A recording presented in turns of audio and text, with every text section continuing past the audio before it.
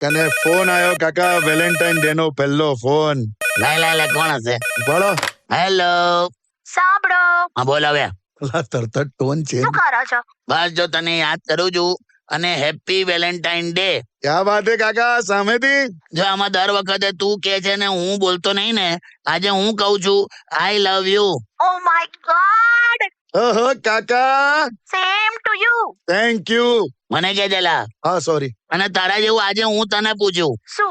પૂછો. કેવું તું મને પ્રેમ કરે છે કે નહીં? હા હા. અરે યાર, સાવ આવું પૂછવાનું? હું તો તમને એટલો બધો પ્રેમ કરું છું ને કે ભગવાનને પ્રાર્થના કરું છું કે ઓલવેઝ તમારા જેવા હસબન્ડ કોઈને ના મળે.